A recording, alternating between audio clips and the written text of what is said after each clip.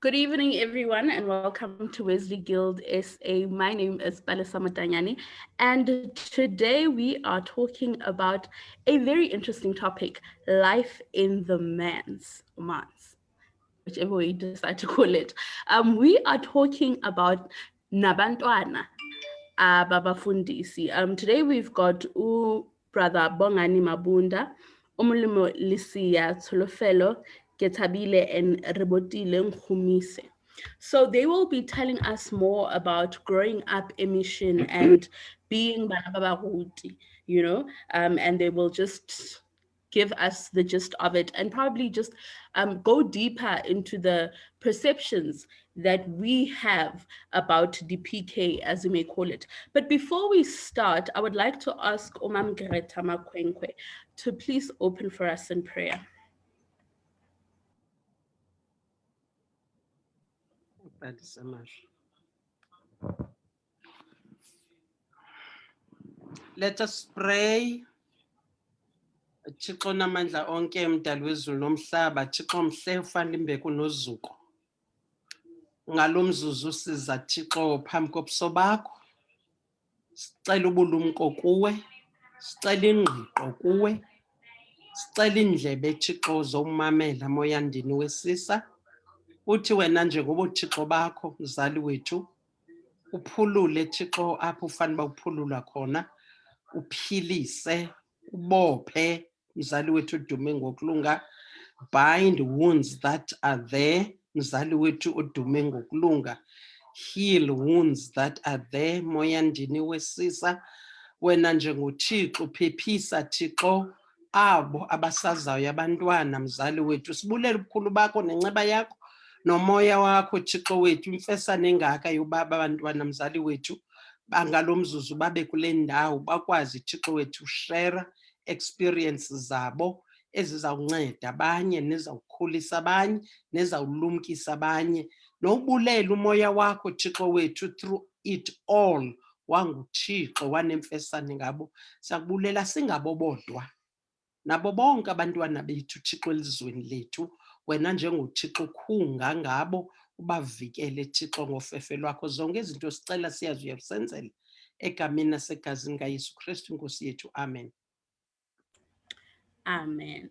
Enkosi kakhulu, Mama. So with everyone that is watching here, you know the drill. If there's anything that it is that you want to say, if there is anything that you would like to ask, or even add on to today's session, you can just drop it on the comment section and we will direct it to our guests today. So how this is going to work today is that Uput is going to lead the conversation for us. It's going to be quite an interactive one where everyone will be giving their 2 cents worth and their opinion. So it's going to be a bit informal, and I would like to invite everyone to just join in, have their questions ready, have their comments ready, and let's have fun and learn something from today's session. So once again, chill, relax, pay attention, and let's learn something. Let's take something away from today's session. Over to you, Putbongani. Thank you very much, Uspalisa. Mangbingelele wonke umuntu that is in the panel. Abantu basemakhaya that are watching this on Facebook or all the stream or that are streaming live for this session. First and foremost, I think I would love to say thank you for this opportunity that we as children of the manse can be able to say something to people who are probably, I don't want to use the word ignorant, but people who don't know. How are we being hurt, but not them being aware of that they are actually hurting us? To some, it's a norm. That's how the life's supposed to be and all that. To start with, Nje, I can say, to be a PK or to be Umtwana Wase Mission, you are caught up into 2 lives where you are caught up between heaven and hell. The hell part of it, it's what you experience more than the heaven. The heaven. And the heaven part of it is where you are introduced ulo abazali bakho because you want to live the life and become an extra example. Umntana omfundisi uyishwa engakazali.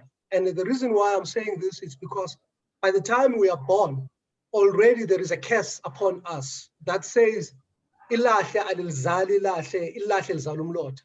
And you'll realize that in most cases, abantwana babafundisi, they are always stigmatized because balilahle elingazi eliphuma bangumlotha ophuma elahleni. And when you actually question that, you will realize that the society out there has always perceived umntwana omfundisi as eccentric or have, defiant behavior. And that defiant behavior will always make umntwana omfundisi ukuthi azabaleke nesonto. And that's the stigma that it's there, without actually even realizing the fact that the reason why abantwana babafundisi abaningi, maybe we are stigmatized within regards to alcohol and all that, is because of the pressure. People who grow up during my time or in my time, the best corner that you can run to is alcohol. And because you are running away from the pressure that you see within the man's house. We were living in the mission house, and the mission house, as a child of the minister, you are not going to get any freedom in that space. During our days, the second steward would use the mission house as an office. I'm just making an example. And on every day, it could be 10 times a day or 20 times a day, you will find a knock on the door, kuzobona ubaba umfundisi. And ezobona ubaba umfundisi, akuna space se family. Your father, it's not there, he's there, but he's not there.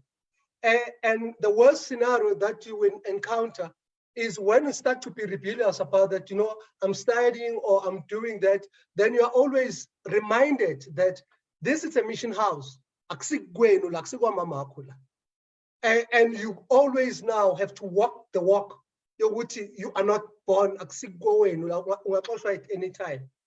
And whilst you are doing that, and whilst you are thinking that, you see tears coming down your parents. And most of the reasons would be, stipend. It's for the 3rd month or the 4th month, there is no stipend. If there is no stipend, there is no bread in the house. There is nothing that we can be able to eat. And you get into an environment where now will be called in their meeting. I don't know how many people have been into a quarter meeting. I've attended so many few of the quarter meetings, seeing how the so-called Christian people will hammer my father and how they will tell him how useless he is and how the tears will drop, seeing my father at his head. The next day in the morning, the very same people are the first one to eat umthendeleko inside, and he's supposed to be blessing them relevantly to that. In my life, I have seen omama bomthandazo, the ones that are supposed to bring things together, insulting my mother and showing her that she's not going to be the president omanyano. Uyini yena ngoba kusumfundisi akaqhashwanga kule sonto, wabizwa umfundisi okanye kwabizwa umama. And when you go home, when you get home, the first thing that you see in inyembezi zikaMama, because ebuya emthandazweni njengomntana umfundisi ahlali kahle. And now you change your life, and your life becomes in an environment whereby anything that you see from the father, the tears that you see from your father, the tears that you see from your mother, you then become the bridge to hold them together. You now become a parent in an environment where you are supposed to become a child. Ukukhula njengomntana omfundisi kunzima kakhulu when it comes to a scenario of changing circuits. I'll make an example with myself. When I started school speaking Zulu. Those who know, in the olden days, the first language was Zulu. My father was changed to be stationed in the Free State, in Bloemfontein. There is no Zulu in Bloemfontein. And what came into my head and then into my mind, oh, by the way, umntana omfundisi ilahle, akusilahle umlotha. Umfundisi akamzali umfundisi. So it means then, mina njengangane umfundisi, no one cares about my education. No one cares about my family values. And no one cares about my well-being. Then where must I run to? And all that will come up again with the stigma everywhere you go. you will be actually regarded as holier than thou, because umntana umfundisi. If I have a friend, Usipho, we probably do something naughty, the both of us. Usipho can come out scot-free, but when njengomntana umfundisi, you will get the punishment more than any other thing because ungumntana umfundisi. No one takes abantwana babafundisi as ordinary people. There is that stigma, you know, and that stigma has sat with us more than any other thing. I mean, I look at my church, when you could ask me what made you to be so angry and so aggressive, if it goes to that point, I'll tell you that the church separated the love of my father and my mother. Because my mother had guts enough to say, I'm not going to sit here insult mama bomthandazo, I will pack my stuff and go out of the mission house. It's worse because we are always reminded that the mission house, there's sometimes these people are afraid to tell our fathers, they tell us as the children, how painful it is to walk in the streets and be always reminded last week. And which child is always going to be asked that? But the good part of everything is, you know, when you grow as umntwana mission, you try by level means to play your part. Playing your part, you are always there within regards to whatever church obligations need you. I grew up singing in the choir. I grew up being a YMG member. I've been a YMG member since 1987. I'm like 34 years being a YMG member. And that by itself saved my life. The very same God that my father was preaching, the very same God that the Christians, so-called Christians, were mocking him whilst he was bringing them to salvation, I saw the God.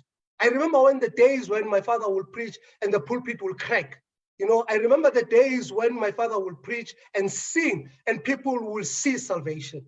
And when that happened, fortunately, I was next to him and I saw what people were seeing. And that's what kept me in the church. That's what not actually has made me to run away from the church.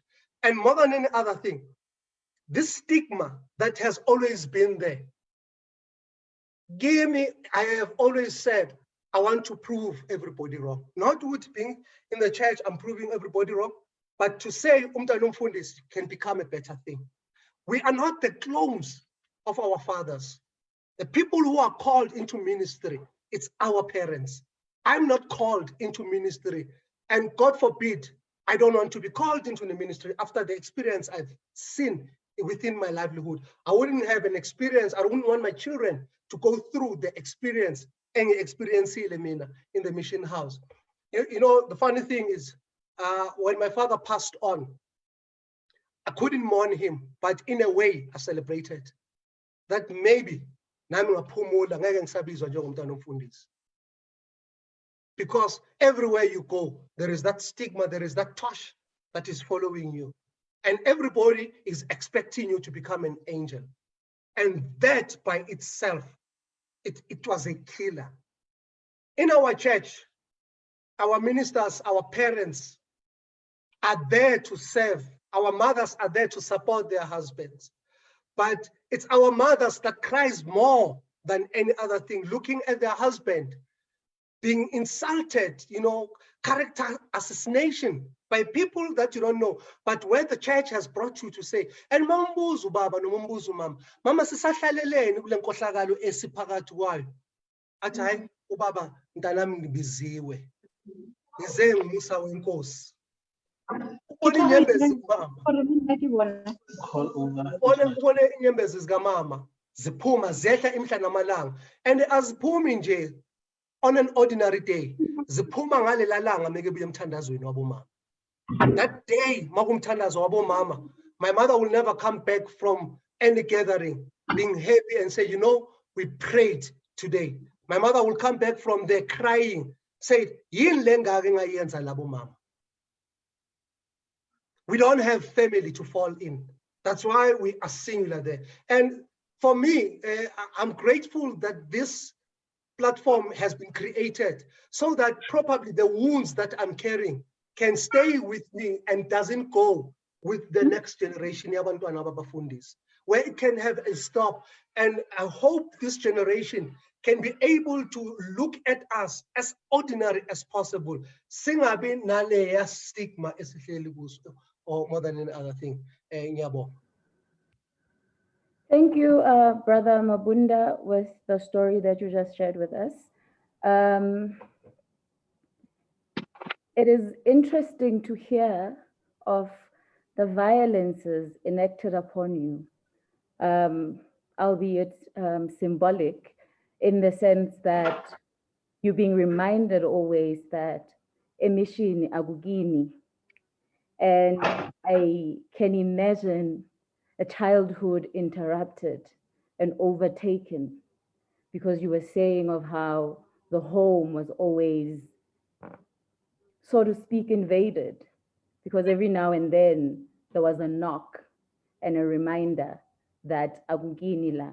We will come back to that during the discussion, but I just wanted to thank you on journeying with us, or showing us what journeying through the life in a manse was like for you. Ladies and gentlemen, brothers and sisters, one heart, one way, good evening. My name is Retabile Zilila, and I'll be facilitating the talk for the night. Our next speaker is Umulimo Lisia. I've been informed that speakers have 5 to 10 minutes to engage, and I would also hope that they introduce themselves thoroughly enough. For now, I will hand over to our next speaker, Umulimo Lisia. And as Usis Palisa did say, if questions arise during the speakers' deliberations, please write them down in chat and we will revert to them and relay them to the speakers for the evening. Thank you very much. Over to you, Umulimo. Thank you, Retabile. Good evening, brothers and sisters. One heart, one way.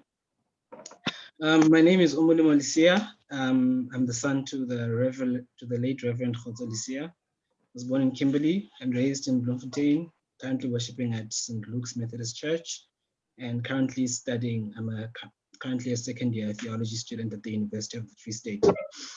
And as Ubud Bongani has already mentioned, the church has sometimes been to us something like a mini heaven and a mini hell. So it is not that it is only the negatives that are going to come out, but the positives have always been coupled with the negatives. And it is unfortunate that we do not react the same because of the strength of our character being unique. And so I'll be completely honest with some of the things, if not all of the things that I'll be mentioning, being sensitive. Allow me to highlight firstly the fact that I'm a minister's child who grew up in a manse that is neither located in the area of the church nor owned by the church. My father was an ordained minister in the MCSA, whose full-time ministry was not necessarily in circuit, but served as a chaplain in the police service. In other words, for those who do not know, my father was an ordained minister who once served in a congregation, and after ordination found that his calling included ministering to those dedicated to protecting law and order. And many think that chaplains or those in secondment are not necessarily ministers in active ministry, which is not true. They account to the church as ministers in circuit do, and the only difference between their ministry is that the minister in the circuit serves in a congregational setting, but the one who serves as a chaplain or in secondment serves pastorally to a certain field of work, if I could use the word, serves in a very contextual setting. You find others serving in the Department of Health, Correctional Services, Social Development, Department of Education, even so forth. It's different for everyone.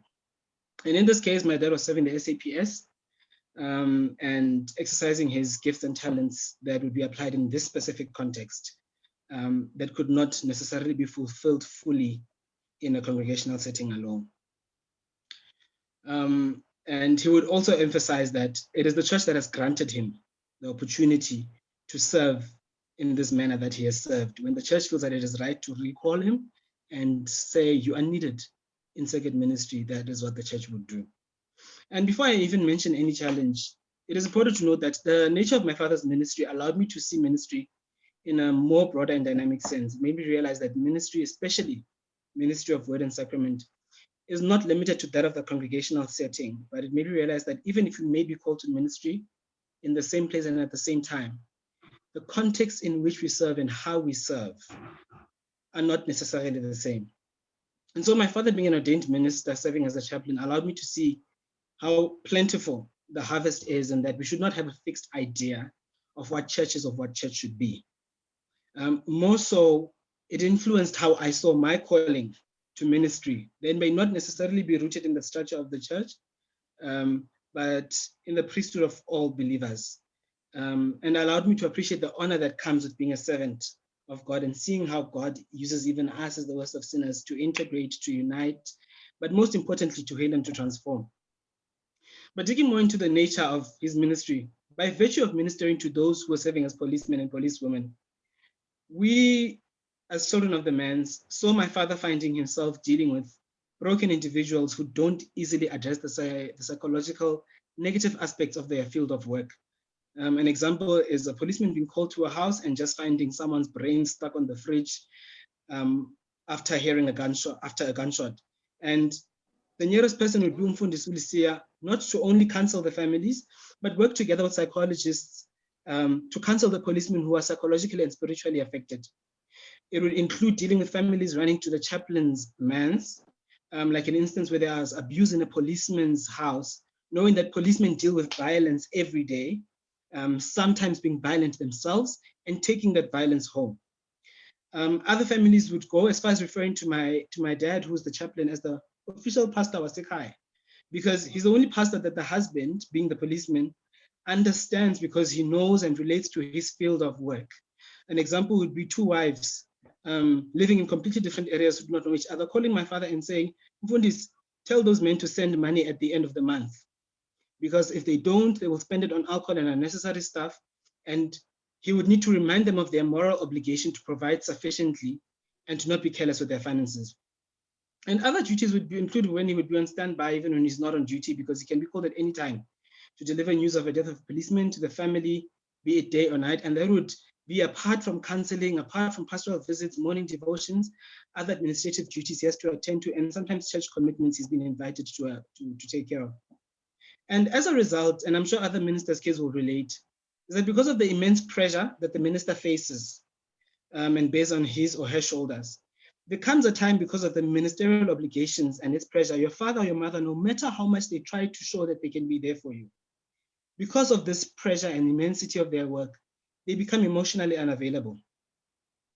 And when it came to a point where in my father's depression, he would say to me, if you want to talk to me, read my mood, feel the energy. And if you see that I cannot attend to you, set a time for us to speak so that my heart can open up. Now, I remained very angry for a long time because it felt as though I had been treated like a congregant who needs permission to have access to the pastor, when all I wanted was my father, really. And so congregants themselves sometimes forget that as they see a parent and a companion in the pastor, there's a child who sometimes needs them and has had to learn to live with this loneliness and still navigate his relationship with God amidst the demands of ministry. And as if that is not enough, because of these gaps in the relationship between the child and the minister, when the minister passes away, the child is left to pick up these pieces. It is even, in fact, worse for those who are sometimes involved in the church. I've met ministers' kids who are so over-involved in the church, not because they actually love it, but because their voices are not heard at home, and their parents thinking that this child has found his or her place spiritually, even serving in organizations, only to realize that their activeness is a result of lack of attention at home, and that attention being sought at the building next door, which happens to be the church. But I've also met ministers' children who, after their fathers passed on, have felt quite neglected by the church in their grief. There is this assumption that by virtue of growing up in a minister's home, you will have the right tools to deal with your grief. And others find themselves in a dichotomy where they do not know who to trust when in need of pastoral care because of the level of betrayal and sabotage that happens between ministers themselves. And as if that is not enough, others who have genuinely grown up loving the church are sidelined and ill-treated after the shadows of their fathers has moved from them. And that would be myself included. The church was very supportive in all structural levels and does continue to be very supportive. But there were those instances that I wished I wasn't a part of. And a simple example would be how in the previous society I worshipped in before my dad passed, I'd be sitting in the local preachers' quarterly meeting and I was referred to this whole time as Mr. Lysia, as Brother Lysia. But after my dad passed, members of the meeting, including the minister himself, started unashamedly referring to me as Omolem in my first name. But the point is not realizing how these relationships that we had formed with people we worshipped with, even though we were involved in the church, were superficial. But even in spaces where it is not organizational or where it is organizational in the church, you are constantly reminded that you are under your father's shadow. It is your father who mattered. What matters is no longer there. You are nothing and we will address you as we wish. By virtue of being the minister's child, you are robbed of your individuality. And so these traumas are amongst many that in the process, ironically build us in the sense of constantly causing ourselves to remember who we are. And as Mom Greta McConkie mentioned when she was speaking on the life of a spouse, to design our own craft. And as such, it is particularly painful for ministers' children because they are not given the capes that our mothers receive, and they have no obligation whatsoever to serve in the shadow of their fathers. But this shadow is imposed on them even when they are not the outcasts that society expects them to be. So it's important for members of the church as well to, in the very same light, when they expect the minister and his wife or the minister and her husband to be like a father and a mother to them as congregants, to in the same light treat the minister's children like they would like their own to be treated. Because these children who love their father, love journeying with them, but see this house that is called the church as a problem, may have to know that they are never alone. Secondly, what may shock some people, however, is how my father's ministry also brought me to the point of being peaceful and accepting of my own sexual orientation. I'm an openly gay man and who was raised by a father who was constantly counseling those serving in the police and happened to include those who could not live their lives as openly as they wanted because of the prejudice and violent acts by some police women and policemen. And in working together with psychologists, he would directly interact with them. And he came to a point where he said to me, I know what you go through, and I will not let you go through that alone.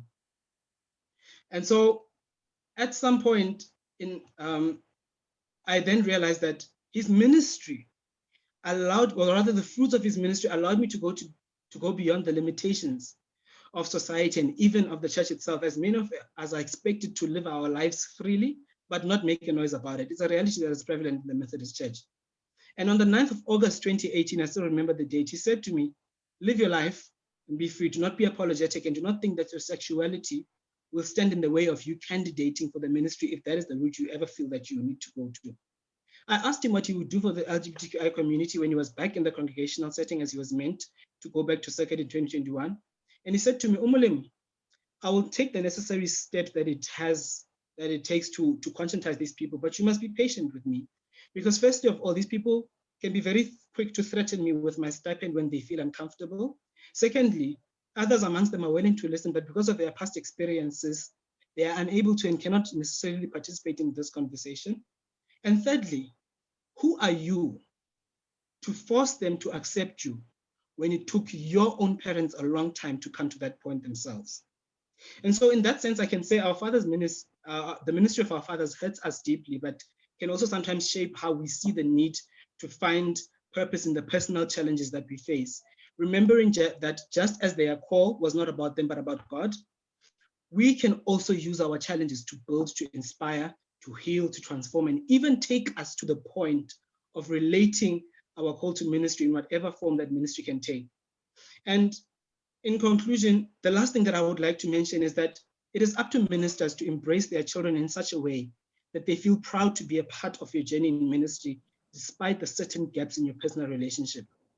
After every service that my father conducted, especially Holy Communion services, those are we would mostly conduct them, he would sit me down. My mother and my brother knew that between 5:30 and 7, if they're having a conversation that over 30 minutes, it's about today's service. And by the time he gets to me, he's already been drilled by my mother about how the service happened. But when he's sitting down with me, he is getting the congregant's perspective.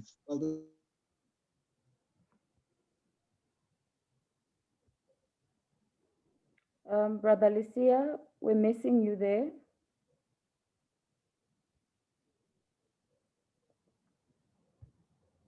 Brother Lucia? We seem to have lost Umulimo a little bit. It most probably is network connections. Whilst we are trying to get him back, we will note that here is another story of a minister's child who talks about a childhood interrupted. A childhood, I would probably even say, a bit stolen. Having your father as a frontliner, having to check or read the mood before you speak to your father. Sorry. Thank you very much. You're back. Yes. We lost you Okay. for a bit there. You were concluding. Yes. And I was saying, and so ministry was not just a burden or a heavy yoke on our shoulders, as Abantwana Basemission, but on the positive side, it became a conversation through which we saw the grace of God in many ways. And so my plea would be to ministers, irrespective of the personal gap, or personal relationship that may have a lot of gaps with your children. Take time to reflect with them, take time to be creative and make them feel a part of your journey. Thank you. Thank you, Brother Lucia. I'm also glad to note that in addition to the hardships that you have pointed out, being a child of the Manse, is that this is not a single story. You have given us the positives, that in the hardships that you went through, you were able to see the grace of God. I've picked up a few points to engage on during the discussion, but for now, we will head on to another speaker for the night, Solofetso Kitabile, who will introduce herself and then enter into her presentation for the evening. Over to you, Solofetso. Thank you, Osritabile. First and foremost, I'd like to greet everyone who is a part of this conversation and those who are also participating on Facebook. I'm not going to go into an intro about who I am, but like Osritabile said, my name is Solofetso Kitabile, and I am also a minister's child. What I want to do in this conversation is bring quite a few different perspectives into the conversation. Because I believe if we're going to talk about something, let's talk about it in its entirety.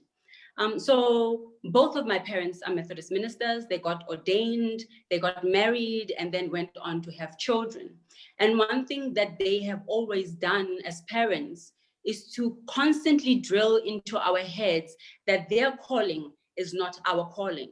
So as we navigate this thing called life, it is important for us to try and discover what it is our purpose is and what it is we have been called to do. I think watching two people who essentially have chosen to be in the same field has also allowed me to understand that we need to respect the way in which people do what they do. And there has never been a conflict in how they do things, but more of an acceptance that I have a way that I do things. I have been called to do my ministry in a particular way. And there's no need for us to essentially try to dumb each other down or even to compete. So that is one of the positive things that I have gained out of being a minister's child.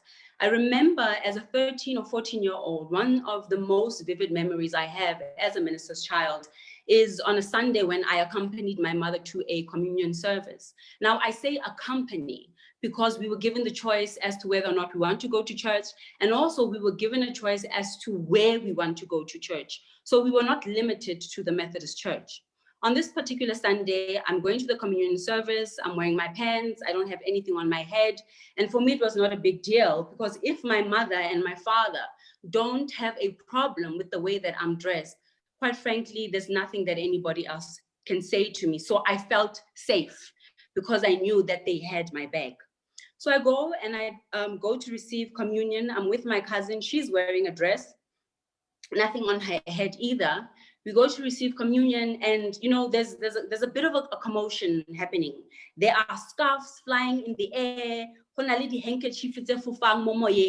And the gentleman who was helping my mother with the communion goes to find a tissue paper to put onto somebody's head. So as my mom lifts up her head, in that moment, she said, you stop it and you stop it now, or you come to take over. And what I learned in that particular moment is that when a need arises for you to put your foot down, do so unapologetically, irrespective of where you are, irrespective of who is there. If there's a need to put your foot down and be very firm in what your stance is, do it. My passion for fighting against injustices, even when those injustices don't affect me, is something that has been nurtured in the church through watching my parents do what they do. We have always in our home been given the space to express ourselves freely and also to express ourselves where we want to express ourselves and how. So I've never felt like I need to be two different people. If my mother has accepted me the way that I am, if my father has accepted me the way that I am, I'm going to be consistent, whether I'm in the church, outside of the church, at school, or in the community. So, you know, whenever you go out and somebody will come to you and say, hey, no, it's fine. And if you need me to, I can give you their numbers because they know where I am right now. Very early on also, I became very sober-minded and learned to manage my expectations of people who call themselves Christians. Because a lot of the times we go to church, these people are Christians, and the assumption is we all share the same values, we all share the same principles, and that is not true. You can sit in a church service, be next to people who are completely shredding your mother or father to bits and pieces, and all of a sudden you stand up, hey, we would like to introduce Mwana Murti Mang Mang, and all of a sudden instead, oh, hey, Mwana Murti, hey, waiting, nice to see you, great, and already you develop a thick skin, but also the ability to tell people what you really feel at that point in time. And if my feeling is, because I have heard you engaging in those kind of conversations, I don't feel like we need to pretend with one another. So you do you, and I'll do me, and I'll continue. And I do appreciate the fact that what they have always done is allowed us to speak our minds. So it has never been a situation where if somebody is disrespectful, whether that person is older, whether that person is in a high position, if somebody is disrespectful, it is more than okay to call them out on that. Umolemo spoke about the capes that a lot of ministers' wives receive. And I remember a few years ago, a minister's wife told me that when she was given her cape, she was told that this cape is used to hide the sins and transgressions of your husband. So irrespective of what he does, irrespective of whether or not he may or may not be hurting you, where now your job with this cape is to hide all of that. And it really made me realize the pressure that sometimes ministers' children experience in trying to protect the image of their parents. So if there is an unhappiness that I am experiencing in the household, I'm not going to express that because I'm worried for about what and whether or not that is going to taint my father or mother's image. Parents are the front line when it comes to defending their children. And this is all parents. And sometimes what happens in the church is that people will disrespect you to your face. And there have been instances where I've seen ministers' children being disrespected in front of their parents and their parents not saying anything about it. And I've come to the realization that there's a part in them that dies in that moment. The first thought is, I'm not worthy of your protection. But the second thought is, it is, and this is something to come. And like I said, this is something that a lot of children experience in the homes.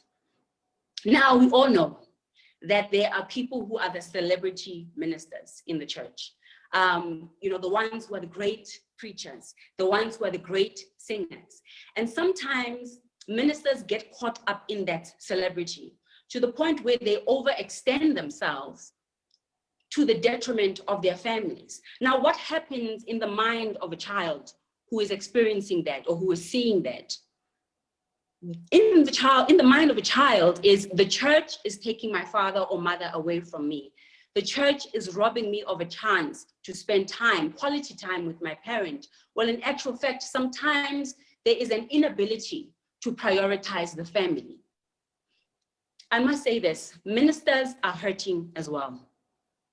They also go through pain. They also get hurt by the church.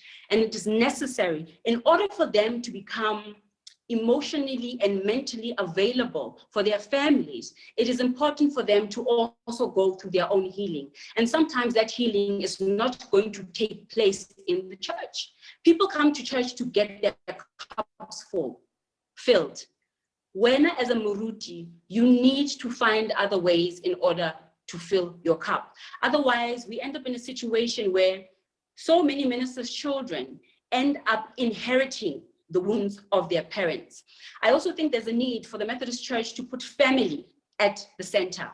I've made an observation that you will have a father in the home who is a YMG member, a mother who is a women's member, and a child who's part of the Wesley Guild. These people live in the same car, they're headed in the same direction to the very same church. But what happens when they get to the door of the church? The need for there to be a focus on the strengthening of families in a spiritual context. Now, in closing, I want to say this, and I feel very strongly about this. As a minister's child, I have been hurt. I do, however, recognize that the church has hurt many people. And as much as my pain and my experience comes from a different and unique perspective, it would be wrong for me to say that as a minister's child, my pain is heavier than your pain. My pain runs deeper than your pain, because this is not a competition. To see is to strive to become a community of healers. I don't know the pain of being a member of the LGBTI community and feeling like I cannot be myself fully in the church. I don't know the pain of falling pregnant outside of marriage and being shamed by the church. And these people have a right to their experiences as well. So we need to accept and respect people's experiences, even though we may not understand them, even though we may not relate, and to become empathetic so that we can truly stand with one another in each other's times of need and darkness. Thank you. Thank you, Solofeto. And thank you very much for taking us through this insightful journey. And I'm more appreciative of the perspectives that you brought to the table, as I am with everybody else's perspectives. But in particular, I noted how you spoke about a modeling of unity your parents modeled for you, and the freedom of speech and the freedom of choice, and how you were, so to speak, liberated from early on, in that they told you that their calling is not your calling. And with that, I have also noted a couple of pointers to move with into the discussion.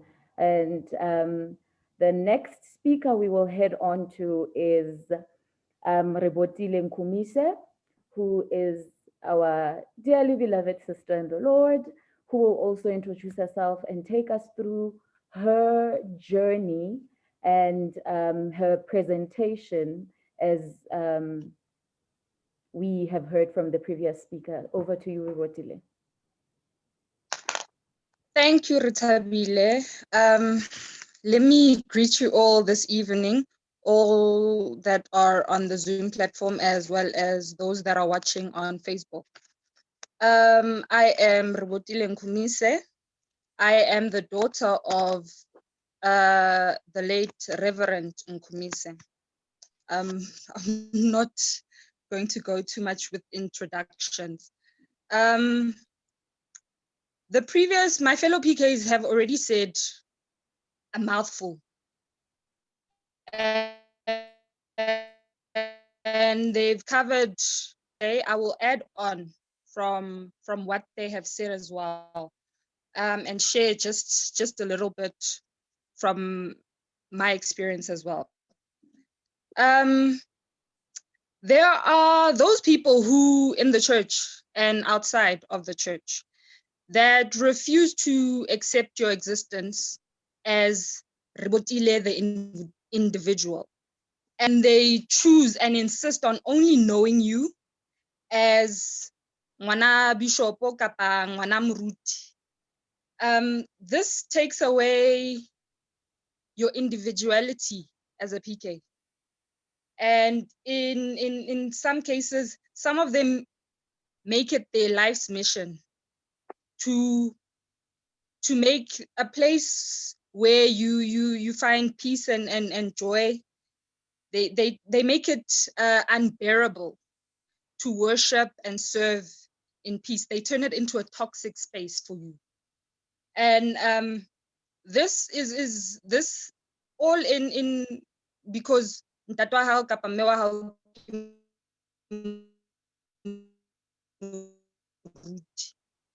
and falls into trust issues. You struggle to trust people easily because not only do you have those that are gunning for you to fall and they make you feel small and unwanted and inadequate, you get those that are also, they get close to you because they think you are the stairway to heaven by virtue of daddy being a minister. And basically they refuse to take you out of the shadow of your parents. They refuse to see you as anything but ngwana moruti. And for me, I always have my guard up. I always have my guard up. It makes it difficult to make friends and to be comfortable with some people because you always have to watch what you say, you watch what you do as a PK, because someone is always watching, someone is always judging. But it's very lonely. It is, for me, I came to a point where so you are making it unbearable for me to worship and serve in peace in a place that I really enjoy.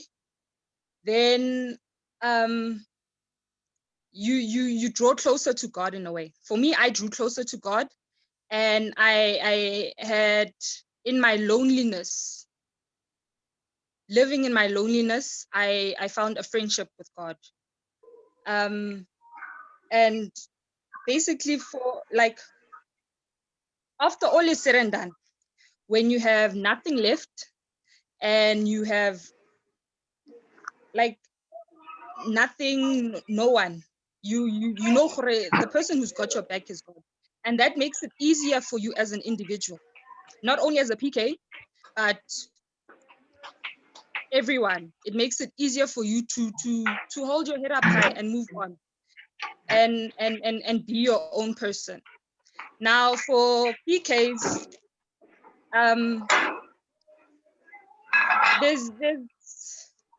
we didn't choose ministry.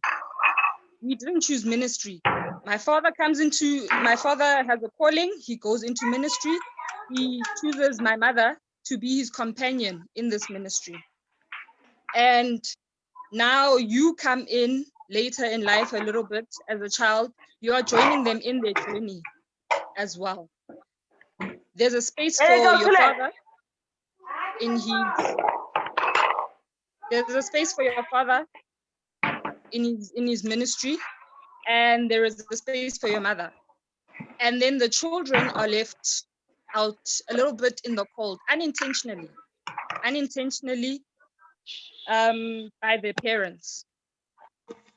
And this has, I came together with Umulimolesia le Tebolo Morokan.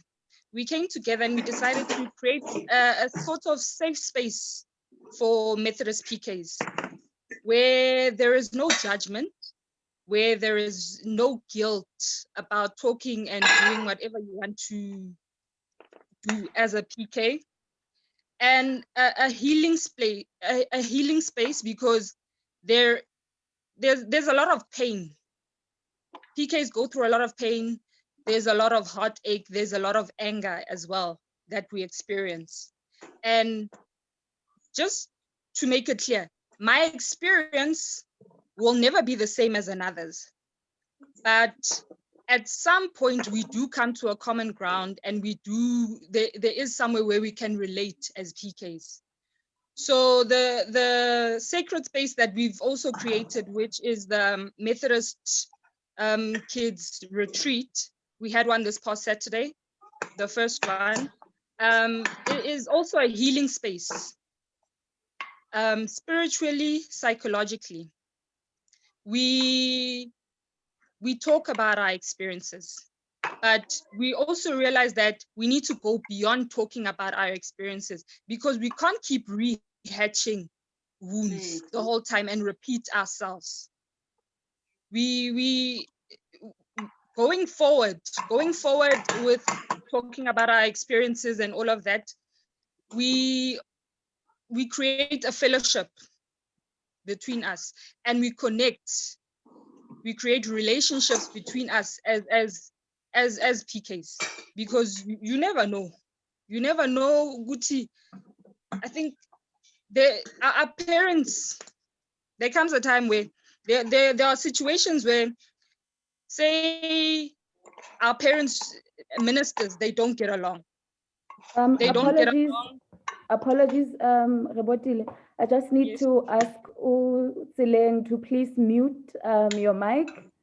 We can hear everything happening in your kitchen, and it's interrupting Rebotile as she speaks. Tseleng, can you kindly mute your mic? Thank you. Apologies for that, Rebo. You can continue. Not a problem. Thank you. There are situations where we inherit our parents' beefs with other. They say our parents don't get along. Mine or Tulu or whoever's parents don't get along. In the journey. It's an opportunity, and I never know what can happen. If there is some common, as PKs can you can connect and get along. Let's make that possible for everyone. This is not just for our generation, but going for the ones that are coming on after us, because every generation is different. Some have had it worse than us, some have had it better. Not everything in this journey is negative. Not everything is bad. There are some positives to this. Ritabile, I think that is all I have for now. If any of the fellow PKs want to add anything, they are welcome to as well. Thank you. Thank you, Rebo.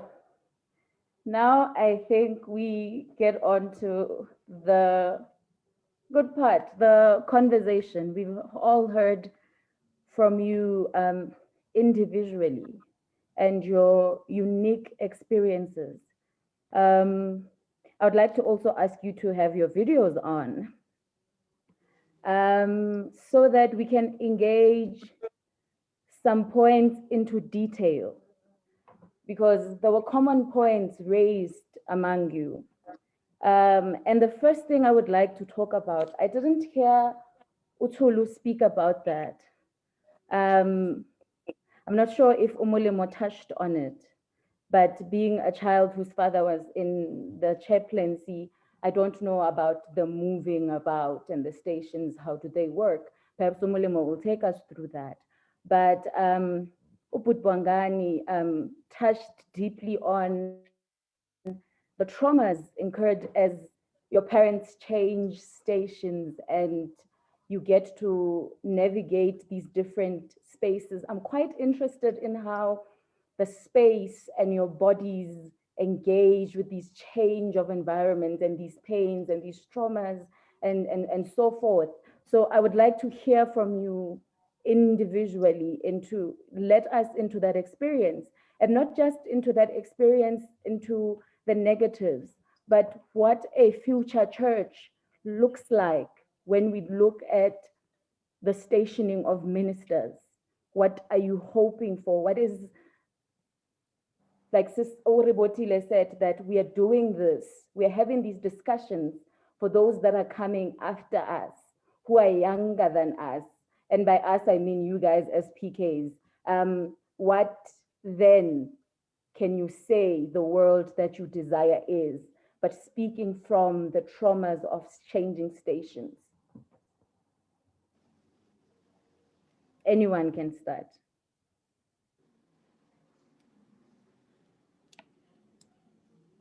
I'll throw it on you, Tulu. Oh, sorry, brother, you can pick it up. The trauma of changing stations, I think now they are much better when you look on the child's education. With us, it was a very bad scenario, a very difficult situation, because as I've indicated earlier on, you will go from one station where you speak a particular language and the culture and the customs are in this particular way. And you tend then for be changed to another area. Your first 2-3 months as a child of the PK in that area, you won't be able to converse with anyone because you'll be speaking different languages. But as I'm indicating, it's better now because English has been used as the media of communication than any other thing. But you know, the sad part of the whole thing, it's when your father or your parents are being changed as a station and there is no thorough communication to the child to say, look, we are moving and you know, in time, so emotionally you can be able to, you know, adjust yourself. Emotionally you can say goodbyes to your friends. And that's the other reason why we don't have friends as PKs, because you can't make friends everywhere you go. It's different characters of different people whom always we looked at as thinking they are Christians. Sis Tulu? Yes, you know, I love what Okutibongani just said. He spoke about if, you know, one can be communicated to, but this is what's happening, we're moving. So there's somewhat of a preparation that happens. I think another thing is, there is a need for families to develop small cultures that they can carry with them from one station to the next station. So even if your environment changes, you know that 2 or 3 days out of the week, there's going to be a family supper. 2-3 days out of the week, there's going to be a family meeting or a check-in. How are you doing? How are you feeling? What's happening at school? If you know, the child was at a school where there's soccer and they're now at a school where there's no soccer, what can we do to make a plan so that there's something that remains consistent irrespective of where the family finds themselves? Umulimo? Sorry, Rutabile, can you just repeat the question again? I was asking if you have any experience with the changing stations at all, and speaking from the traumas thereof, what could have been, in fact, what solutions then can we draw from that, and what experiences have you had specifically with moving stations, if at all you have?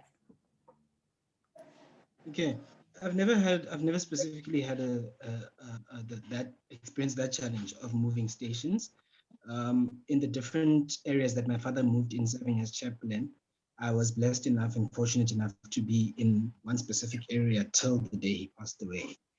But given from what I've drawn from other experiences of other ministers' kids, I would just allude to what Solu was saying, is that when there's consistency in how a certain routine is followed in the family life, then you are able to understand when it changes a bit in terms of adapting to a new station, and understand that, you know what, we just got here, we still need to understand the way of life here, but nothing has changed in the meantime.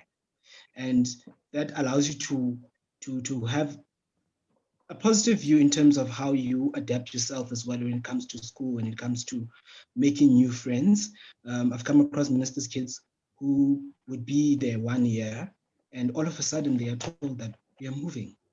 And it would be very negative for them, but it would not be as negative when they would find themselves having parents that are used to communicating, having parents that know the days on which, like Chulu mentioned, where they would necessarily communicate that this is our day, this is our time, and knowing that the family unit is strong enough to survive whatever that may come and interrupt the journey.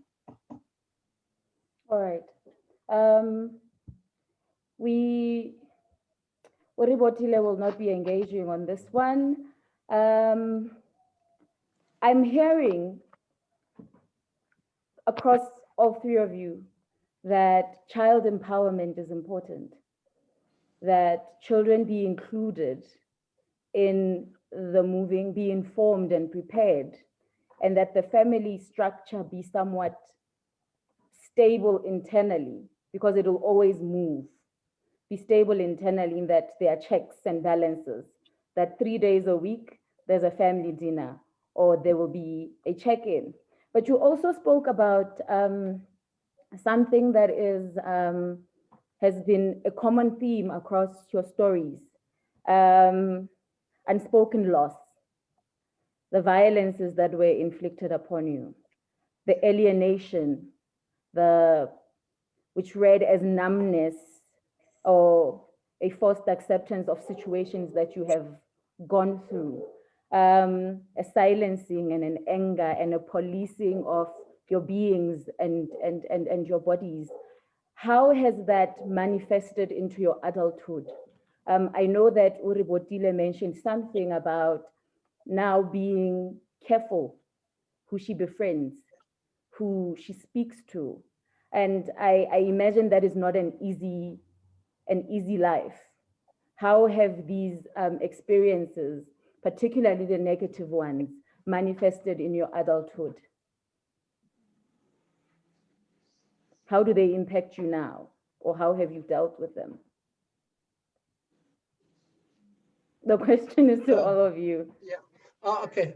If I have to answer that from my point of view or from my side, you know, when those situations manufactured or they were there, one, as you have indicated, or you will find yourself isolated. But you know that isolation that you will get into, the one thing that you will come out with is God. You come out there knowing who's God. You normally would come out there knowing what their father or your parents are called into. You start being able to sing the song Kaili Kai Mokiriang Kinali Jesu Kaili Kai.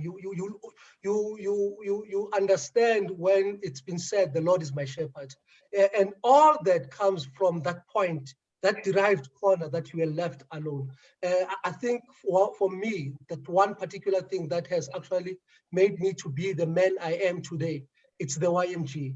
I joined the YMG at the age of 15 years, which I've got 34 years as a member of the YMG. I'm serving as in the Central Executive, Synod, as member of the YMG. And the good thing is I'm not serving as only one PK in that executive. There is another PK in that executive. So it tells you that there is a God where we are. And when it's being said, the Lord is my shepherd, we always are there. And God, we trust God more than any other thing. And that's one thing that I will always say. My parents, if abangnikeza lona, ngumazi nokumthanda nokumlondoloza uNkulunkulu. And alikho elinye ilifa engabuye ngikhalele ngaphandle leli lokulo abanginike lona lilifa lempilo yonke kimi. Thank you, Brother Bongani. Ribotile.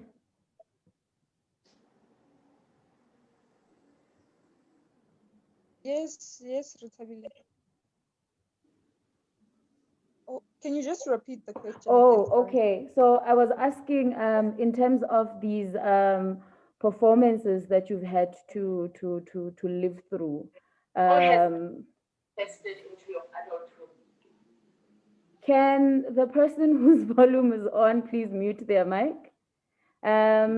What I was asking Orebotile is, we've spoken about these traumas of moving stations. We've spoken about the silencing and the alienation and these losses and so forth. But I wanted to find out how have you dealt with them, or how are they manifesting now as into your adulthood? Are they still an impacting factor, or have you found ways to mitigate them?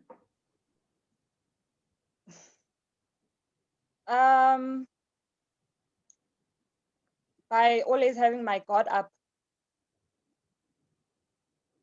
Even okay. that, we can even delve into that. Okay.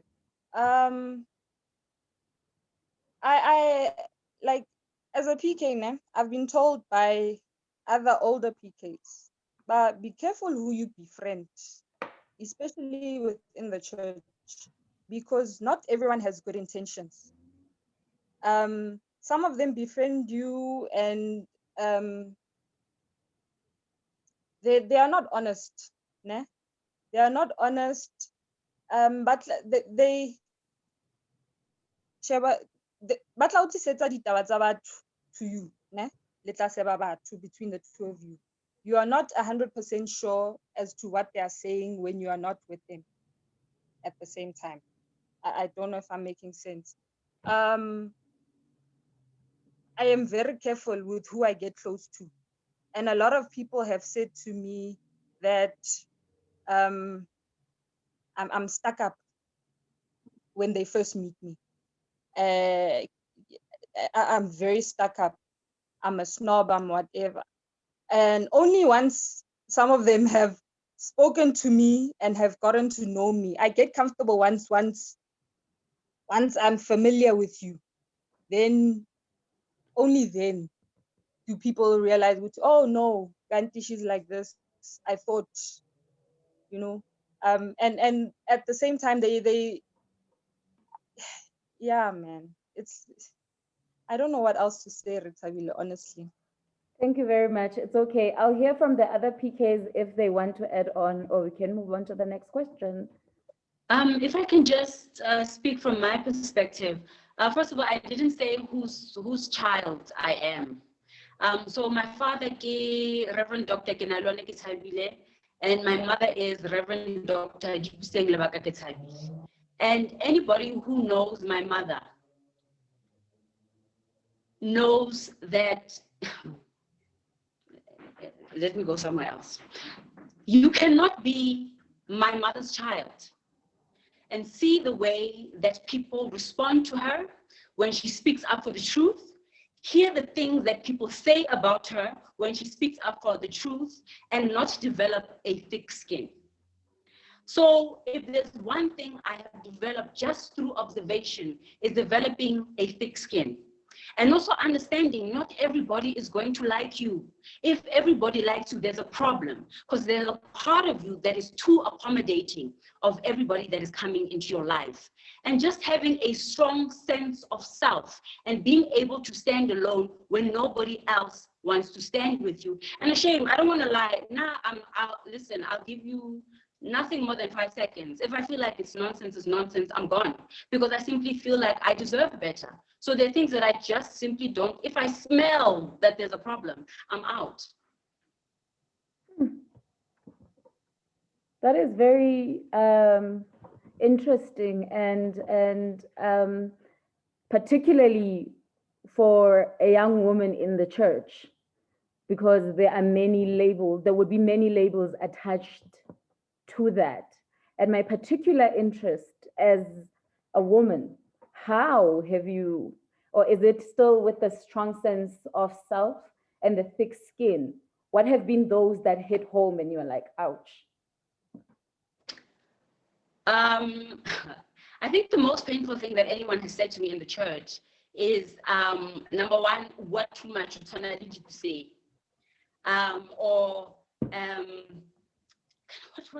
What did he say to me? I can't really remember. I think that, look, and I can't say it was really hurtful because, look, for me to be compared to my mother, for me, it's like, great, wow, she's a great woman. So if I'm like her, it's fine. And you do realize that when, as a woman, when you are quick to call out nonsense or you are quick to put your foot down, a lot of people find that problematic. But like you said earlier, there's a lot of modeling that I experienced in the home. And as strong as my mother is, my father has never had a fragile male ego where he feels like, hey, what are you saying, woman? I'm the man, you need to respect me. So look, at the end of the day, the world is going to be the world. And as my father says, it's part of the package of being a human being. And there are moments where you say, but why can't people just accept me the way that I am? And I always go back to, if my parents have accepted me and I have a personal relationship with God, and God knows that he has created the woman that I am today. I applaud how your parents have built your character through deliberate intention and observation. Umolemo, you also spoke about how your father affirmed you and enabled you to be openly yourself. And I would think that as also a form of modeling a personhood that is firstly innately acceptable and inwardly acceptable, but externally and beyond, one can stand within their truth. What would be the advice, particularly, that you give to parent ministers in handling, guiding, and molding their children in the home, in the church, as a child of a minister yourself, from your lived experience?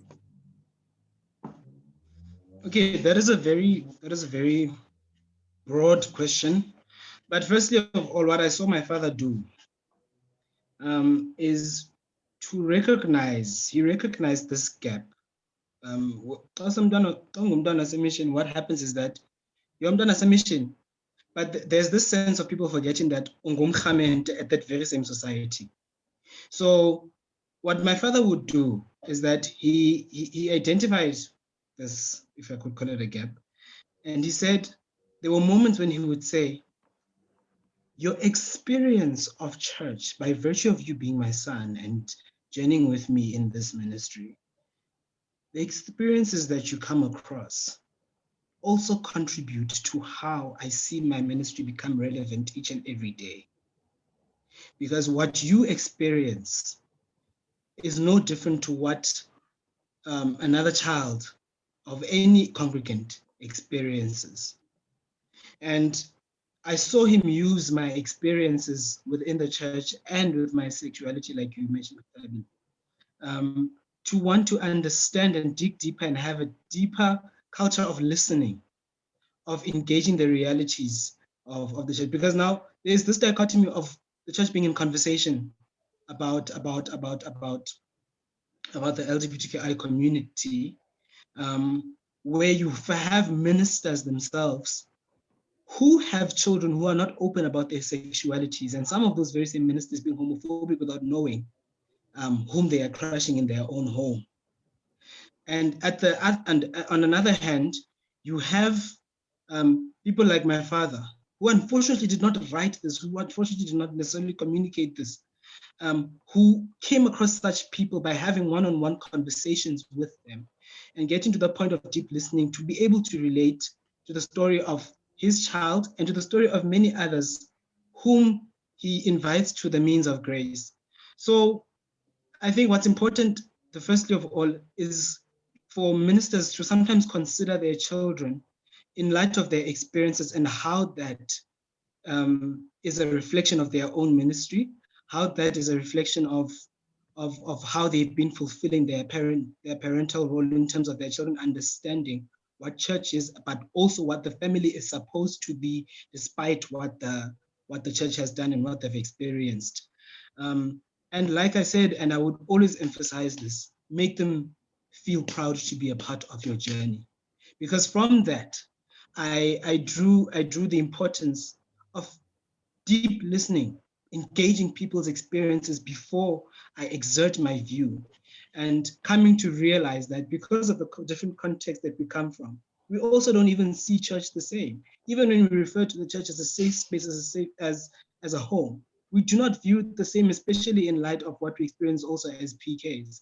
But when we come to the point of listening and hearing, we still continue to be that fellowship of believers.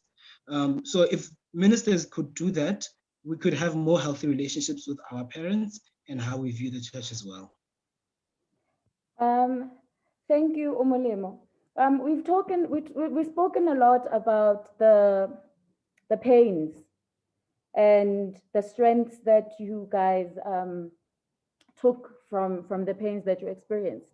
But can we talk briefly about the privilege of being PKs? What privilege do you guys have, and how has privilege manifested also in your day-to-day, be it in the church? Because when we began, we said this was not going to be a single story. We're going to be broad about our truth. What have been the blessings of being a minister's child, apart from the character building pains that you went through? Anybody can pick the question up, or I can point. Brother Bongani, would you like to take that one on? I don't know how to answer this one, Tabile, because when you say privileges of being a PK, in my experience, I don't know whether when you say you are the first one in the queue for lunch, or you are always being introduced in the church, or you will always get a chair or a seat in front. It doesn't matter how full the church is. Does that fall under the privileges? But the only privilege that I know for a fact as a PK would be when your parents move, you will get the school, even if it's not the same language as what you were studying, or even if you're not going to get. So I don't know whether, again, must I actually put this in the bracket of being a privilege, where you'll get what you want, but not exactly what you would want, as compared to other people. So yeah, from my point of view, I don't know any privilege except those being able to get a seat when the church is full, or being introduced consistently. I don't know whether the introduction was for him to be nominated as being mocked, but yeah, there isn't. I haven't seen any. I will engage on that, Brother Bongani, but I have quite a few questions that elaborate on this, or that speak to privilege specifically. Mokhomotsi Dutlileng on Facebook says, not taking anything away from what everyone is saying, I wish we had a speaker whose brief was to speak about the blessings and advantages of being a minister's child, because truth is, there are many and weighty, and we always talk about those here at home, and thank God. So perhaps when you look at it, Brother Bongani, you could look at it as the advantages that you've had, or the advantages over others, or with yourself in jail, like you were saying, being able to get into a school that you would otherwise not, had you not been a minister's child, is a privilege for one, or an advantage that you probably have over other kids. And I think the privilege probably, I think that didn't hear me, but I did indicate that the most privilege ever that I got was as a PK to know God. You are always in the front line of getting the word of God. When people are devoted, when people are being converted, you are always in that front line. So either or, the most privilege that you could get it's to be next to God. That's why I was saying it makes you understand the Lord is my shepherd. It makes you understand that those are the privileges that you will always get as a son of the minister or as a child of the minister. Thank you. Thank you, Brother Bongani. Chulu, you can still touch on the question of privilege, but there's a specific question for you from Facebook. It reads, Sis Chulu, what suggestions could you bring in reimagining the church, especially on how the young children get to be taught emotional intelligence, understanding intellect, and also have psychological support from educational psychologists, etc., for children of ministers to be open-minded? Yeah, okay. The first one, as far as privilege goes, I think from a very early age, I have learned that there's a difference between religious and being spiritual. So for me, that is one of the main advantages that really, for me, I think has meant a lot throughout my life. As far as my suggestions around empowering young children, I think you need to start bringing in people who have the capacity to work with those things, to work with those issues.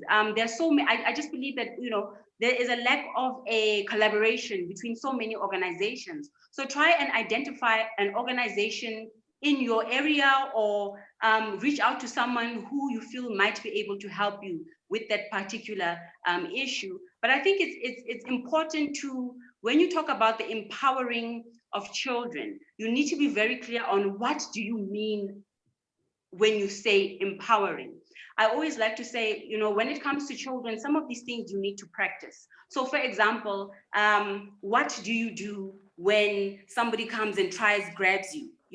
So you start teaching the child how to react in a moment of being attacked. So there are very, very simple ways of starting to empower children. And some of those ways are not necessarily the big and the most complicated ways, but you need to identify when I say I want to empower, what do I actually mean? So if you want children who are able to express their feelings, you can start a smaller Nyanya group and say, you know what, today we just want you to talk. What is happening at school? What is happening in the home? What are you noticing on the street corners? What are the things that scare you? So that they can begin to talk and realize that they're actually people who care, people who actually want to hear them. Thank you. I hope I answered the question. Thank you, Sis Tulu. If you haven't, we can take the conversation onto Facebook, because that is where it was asked. For now, we need to wrap up. We are behind on time, and we apologize for being over time. And therefore, before I do my closing remarks, I would like if you guys can say some things to close, people who haven't spoken, like Omolemo or Ribotile. And in the meantime, ask Umam Greta to prepare a closing prayer for us whilst you guys speak. Okay. Yes, Retabile, brothers and sisters, I think in closing, what I would want to just touch on, it actually does answer some of the engagements we had on Facebook that we could not all engage, unfortunately. But I can attest that there were advantages in terms of the ministry that we all experience differently because our contexts are not the same. Just Bloemfontein alone, for me, just Bloemfontein alone, going to these different sections and societies with my father, because of tribalism that existed back then, you find that they were separated according to tribalism, and you learn the different cultures and how it has infused with the worship there. So you would learn different forms of worship and see how they are practiced according to each culture, and see how it's unique to different communities, and where the church is also the anchor of the community as well. There are a lot of benefits from this. And why I'm mentioning it, and I'm about to also mention the question about the retreat. The retreat was the first in our area, organized by us. And just to say, this is the start of many more. There isn't necessarily a structure to say that there are retreats going on for ministers, kids, and so forth. But the retreat was the start of saying, you do not need to go to street corner that is right across by Centenary Methodist Church to claim your individuality. This is the space for you to do so. This is the space for you to engage the psychological traumas that you have encountered. And this is the space where we will have psychologically trained professionals to engage with us in these intimate moments. And that is something that we are continuing to strategize on as the group that organized this retreat, and even communicating with other ministers that were impressed with the initiative. But it is also a space to say, even no matter what the church has done to you, the essence of your spirituality remains important. How you relate to this Jesus that you see your father serve only to be heard by congregants is still important, because he still speaks to you, he still uses you, he still loves you. And that is important because we then reflect on all aspects. We then reflect on how our perspectives change, both positively and negatively, when we'd be sitting in the middle of a leaders' meeting and seeing how our fathers would navigate 500 different personalities in one room, and seeing how that was used for the good of the church, no matter how people from the church taking their own personal matters from society and bringing into them would want to cause detriment for the church's mission and its missional perspective. So those are the kind of spaces we want to create, safe spaces, where we also don't find ourselves just saying, you know what, we're going to Durban for a retreat, but we don't want to find ourselves just playing more than we are engaging. It is an intimate, safe space where ministers' kids reveal, or not reveal, but disclose about the traumas that they have experienced, the positives, navigating the gaps between the two, and saying, we are still ourselves. I mean, if it is just the four of us today, how many are there? With the number of ministers we have in the connection, and with the ministers we have upcoming, with how many of them that are supposed to be collared now not having stations. The context and the situations are changing, meaning the reality is not going to change anytime soon. And in organizing such safe spaces, we say we need the church's backing, we need the church's funding, because nothing happens without money. But that will be communicated properly on the right platforms and in the right structures. But we are saying we are moving, and we can still continue to enjoy life as PKs. Thank you. Ribotile, any last words?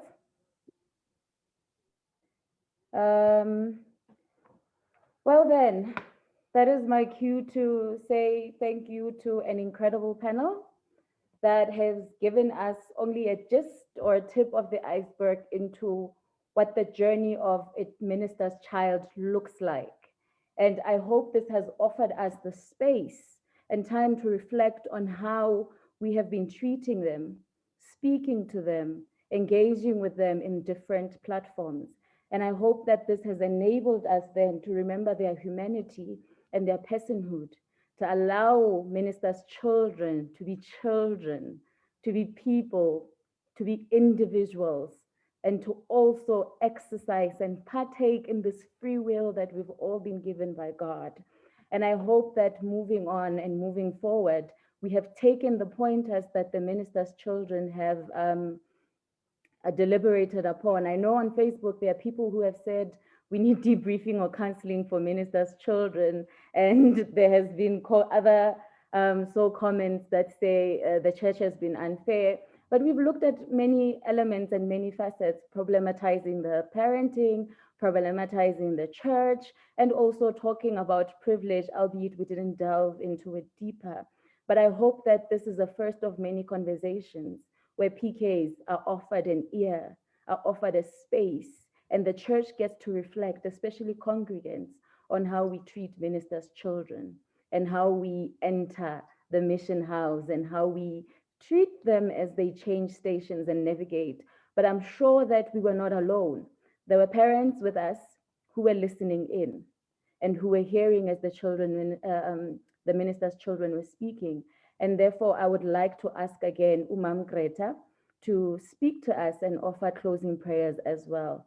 But for everyone else, thank you very much and good night. You've been an amazing audience. You've been an amazing panel. God bless you, and to many more such conversations. Thank you. Thank Over you. to you, Thanks Ma. to the Thanks to the panel for such a fired up conversation. We've learned quite a lot. Thank you so much. Masithandaze. Thixo wethu mzali wethu uthembekile ezimpilweni zethu. Usithembisile mzali wethu, you've promised to heal the brokenhearted and those broken in spirit. And we now rest assured in the comfort of your word for their healing. Mzali wethu omhle kangaka. Sibulela Thixo wethu ukuthi wena you've planted us in different spaces for different reasons. Reveal to every child your purpose ngobomi bakhe. Give him or her faith deep enough and hope to live out your purpose ngobomi bakhe, mzali wethu omhle kangakanani. Let no obstacle make him or her divert from the plans onazo ngobomi bakhe, mzali wethu odume kangaka. They are a gift to us as parents. They are a gift to the church. They are a gift to the communities. Yenza ke Thixo wethu that the anger, the frustration that comes with their experiences does not blind them from the goodness of the Lord, does not blind them from the purpose that you have, ngobomi babo, mzali wethu, does not blind them from the fact that they have to impact the spaces abakuzo in a positive way. Thixo wethu odume ngokulunga, siyayazi Thixo wethu okokuba babuhlungu kwezinye indawo, kodwa mzali wethu sithembile okokuba your grace is sufficient to pull them through, mzali wethu. You've located them, Thixo wam, nangalo mzuzu kwade kwaleli thuba, for you are a loving God, mzali wethu omhle kangakanana. Let them go into the world, not to display their scars, but to show the world the stars that wena njengoThixo omane uzibeka ebomini babo despite everything. Hlala ke nabantwana bethu, hlale nabantwana belizwe lethu bebonke. Uyayazi Thixo wethu, there are kids who are more scarred than them, and they have no platforms to express their feelings and their experiences. They die silently in corners. Iba nguThixo kubo, iba ngumzali kubo, ubabalo lwakho malubalande. Thixo wethu odume ngokulunga. Thank you for such conversations that are windows for us as parents, windows for other kids. Babone ukuthi what goes on ngaphakathi. Sometimes we overlook these things as minor things. Kanti Thixo wethu zinobuzaza ezimpilweni babantwana bethu. Hlala wena njengoThixo ube nguThixo kubo. Womeleza amakhaya ethu. Give them resilience, Thixo wethu, to stand up ebomini, to show up ebomini. Ezintweni zonke balibulele ufefe lwakho, mzali wethu odume ngokulunga. Enkosi ngoba nguThixo ezimpilweni zethu. Hlala nabo ubagqume uhambe nabo ezindleleni zabo. Ilizwi lakho libe sisibane senyawo zabo. Thixo wethu sikelela ilifa nekamva labo egameni nasegazini kaYesu Kristu Nkosi yethu. Amen. Amen. Siyabulela, Mama. Thank you and good night, everyone. Good night.